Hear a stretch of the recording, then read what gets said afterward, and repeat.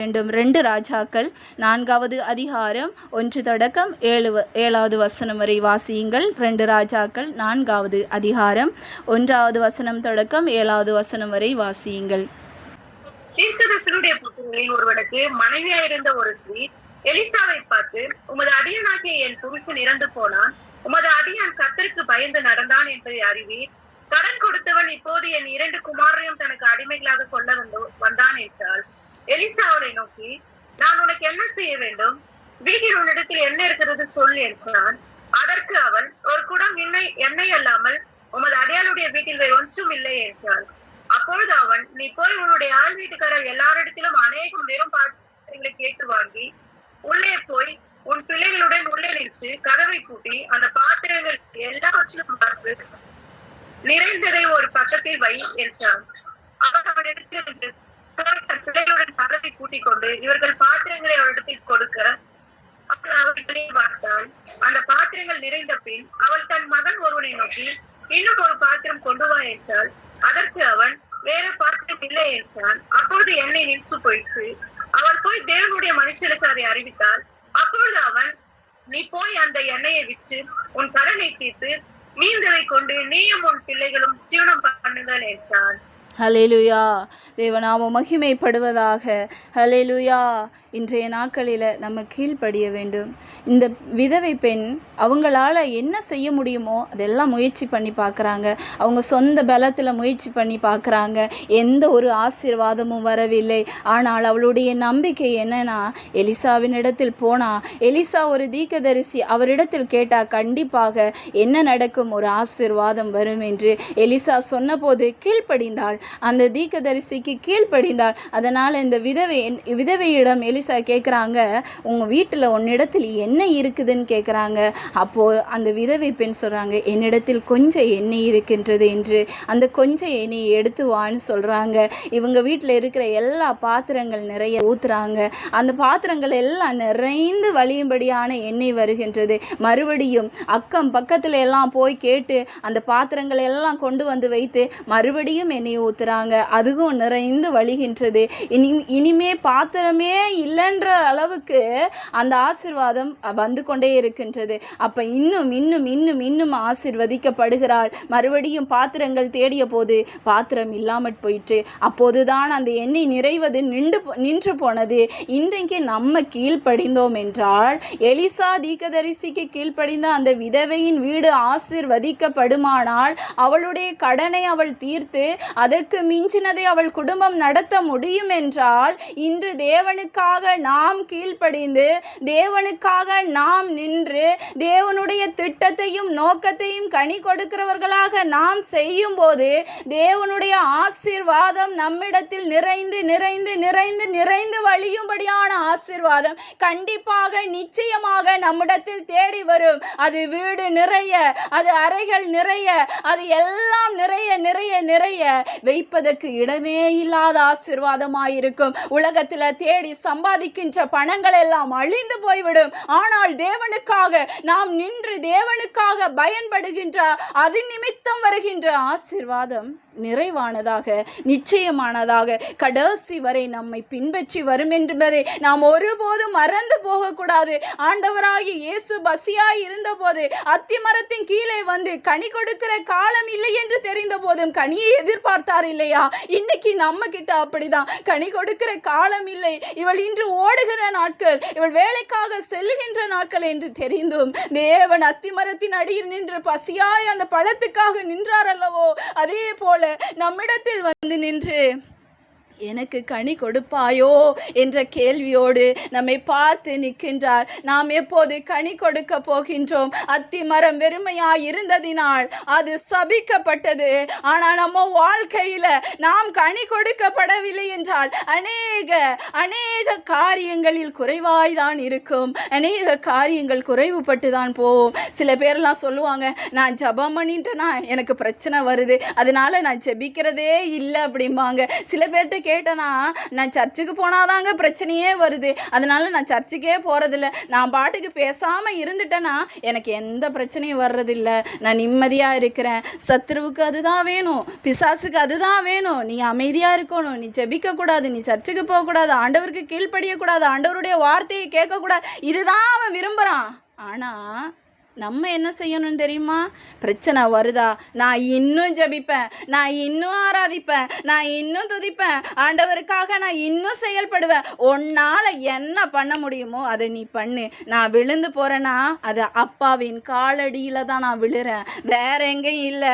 உன்னால் ஒன்றும் பண்ண முடியாது அப்படின்னு எதிர்த்து நின்று போராடுகிறவர்களுக்கு தேவன் அவருடைய தூதர்களோடு இறங்கி வந்து அற்புதங்களையும் அதிசயங்களையும் செய்கின்றவராயிருக்கின்றார். ஒருபோது மறந்து போகாதிருங்கள், நம்ம வாழ்க்கையில தேவன் நமக்கு கொடுக்கப்பட்டிருக்கின்ற கட்டளையும், நமக்கு கொடுக்கப்பட்டிருக்கின்ற நோக்கமும், நமக்கு கொடுக்கப்பட்டிருக்கின்ற திட்டமும் என்னன்னு அறியாம இந்த உலகத்தை விட்டு நான் போயிருவேன், இந்த உலகத்துல இருக்கிற வாழ்க்கையை வாழ்ந்துட்டு போயிருவேன் நீங்க ஒரு நாள் நினைக்காதீங்க. ஆண்டவர் உங்களை விடவே மாட்டார். நீங்க எங்க போனாலும் பின்னாடி ஒருத்தர் வந்து பிடிச்சி உங்களை கொண்டு ஊழியத்தில் தான் நிறுத்துவார். அதை நீங்கள் ஒரு நாள் மறக்காதீங்க.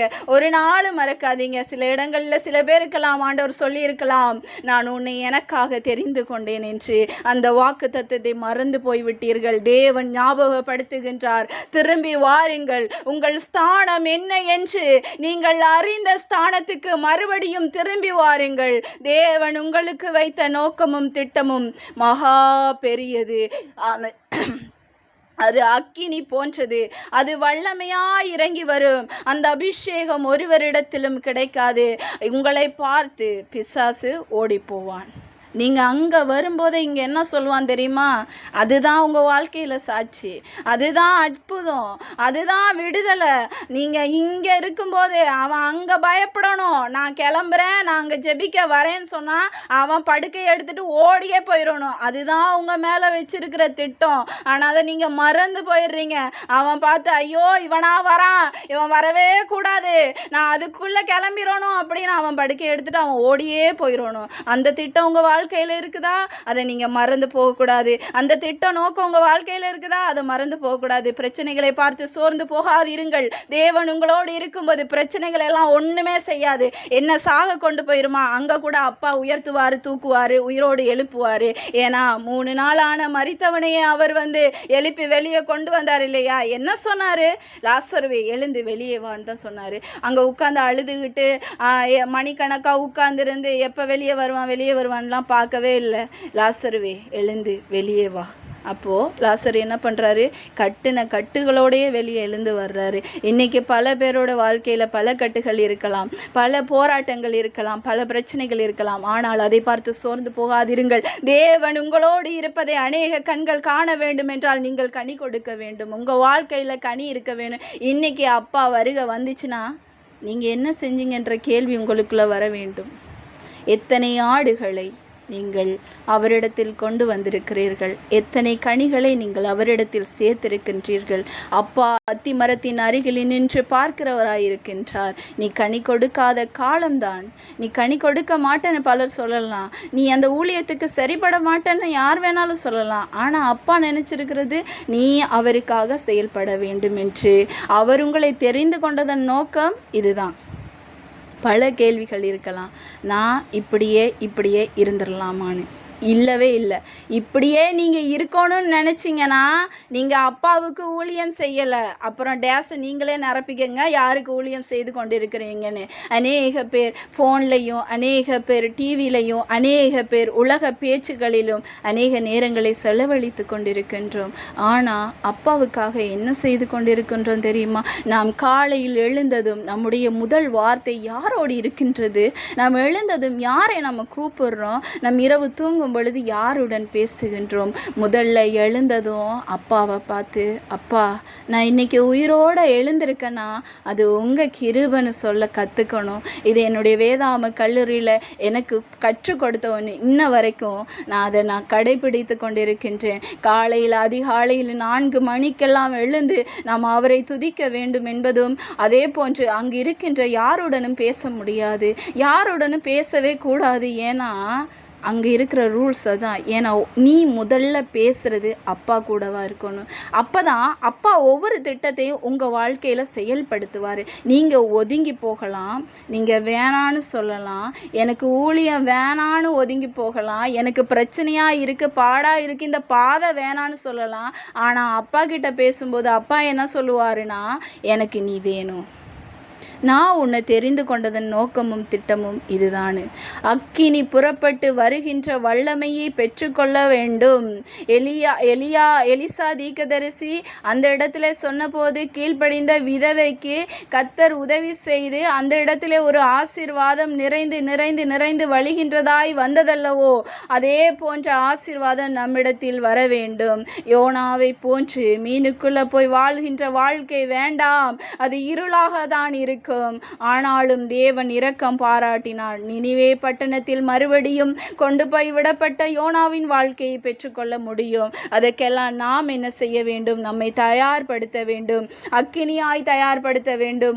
ஒவ்வொரு நாளும் நாம் கேட்க வேண்டும், எனக்கான திட்டம் என்ன, எனக்கான நோக்கம் என்ன, நான் என்ன செய்ய வேண்டும், நான் யாரை சந்திக்க வேண்டும், என்னுடைய தெய்வம் எப்படியான தேவன் தெரியுமா, என்னுடைய கர்த்தர் எப்படியான கர்த்தர் தெரியுமா? அவர் பேசுகின்ற தேவன், அவர் முகமுகமாய் பேசுகின்ற தேவன், நேருக்கு நேராய் பேசுகின்ற தேவன். பேசாம அமைதியாய் இருக்க அவர் கல்லும் அல்ல மண்ணும் அல்ல.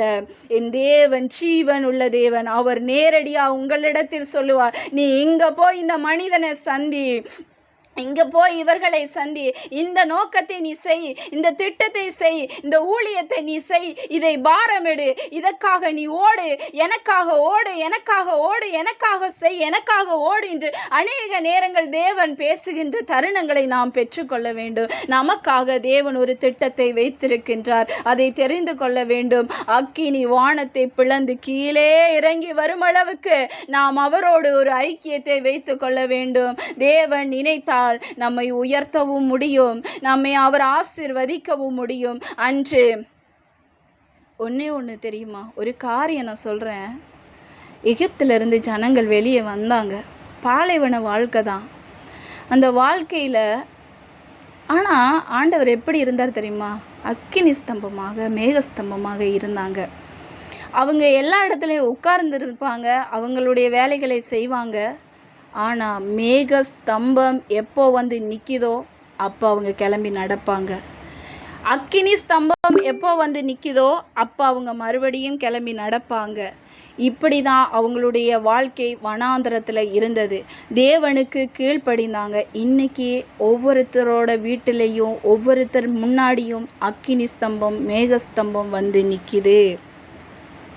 அந்த மேகஸ்தம்பம் வந்து நிற்கும்போது நீ எழுந்து நடக்க வேண்டும், எழுந்து ஓட வேண்டும், தேவனுக்காக செயல்பட வேண்டும். அமைதியாக இருக்கும்போது நீ அமைதியாக இரு. மேகஸ்தம்பமும் அக்கினி ஸ்தம்பமும் உன் வீடுகளின் மேலும் உன் மீதும் வந்து நிற்கும்போது நீங்கள் புறப்பட வேண்டிய நேரம் வந்தாயிற்று.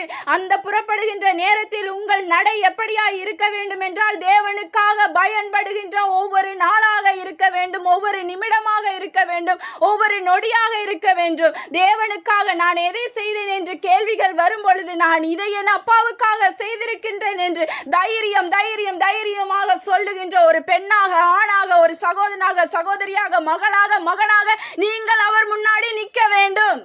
இதுதான் தேவன் உங்கள் மீது வைத்திருக்கின்ற நோக்கம், உங்கள் மீது வைத்திருக்கின்ற திட்டம். ஆண்டவர் உங்கள் மீது வைத்திருக்கின்ற ஒவ்வொரு காரியங்களையும் நீங்கள் செய்யும்போது தேவன் உங்கள் வாழ்க்கையில் ஒரு ஆசீர்வாதத்தை கொண்டு வருவார். அது பாத்திரங்கள் நிரம்பி வழியும்படியான ஒரு ஆசீர்வாதம், பாத்திரங்கள் நிறையும்படியான ஆசீர்வாதம், வீடுகள் நிறையும்படியான ஆசீர்வாதம், அறைகள் நிறையும்படியான ஆசீர்வாதம். இந்த ஆசீர்வாதம் வேண்டுமென்றால் தேவனுக்காக கனி கொடுக்க வேண்டும், தேவனுக்காக பயன்பட வேண்டும். ஆகவே நான் இன்னைக்கு விசுவாசிக்கின்றேன், அநேக ரோடு தேவன் பேசியிருப்பார். அநேகருடைய உள்ளத்தோடு தேவன் பேசியிருப்பார். அநேகர் சோர்ந்து போயிருந்திருக்கலாம். ஆனால் இன்று தேவன் உங்களை எழுப்புகின்றார். அவருக்காக பயன்பட, உலகத்துக்காக அல்ல, உங்கள் சொந்தங்களுக்காக அல்ல, உங்கள் பிள்ளைகளுக்காக அல்ல, உங்கள் கணவன் மனைவிக்காக அல்ல, தேவனுக்காக பயன்பட அவர் அழைக்கின்றார். தேவனுக்காக ஒவ்வொரு காரியங்களையும் செய்ய அவர் அழைக்கின்றார். இன்று அவருக்காக செயல்பட வேண்டும் என்கின்ற தொனியை எழுப்பியிருக்கின்றார். இன்று தொடக்கம் உங்கள் வாழ்க்கையில் தேவனுக்காக பயன்படுவீங்கன்னு விசுவாசிக்கிறேன்.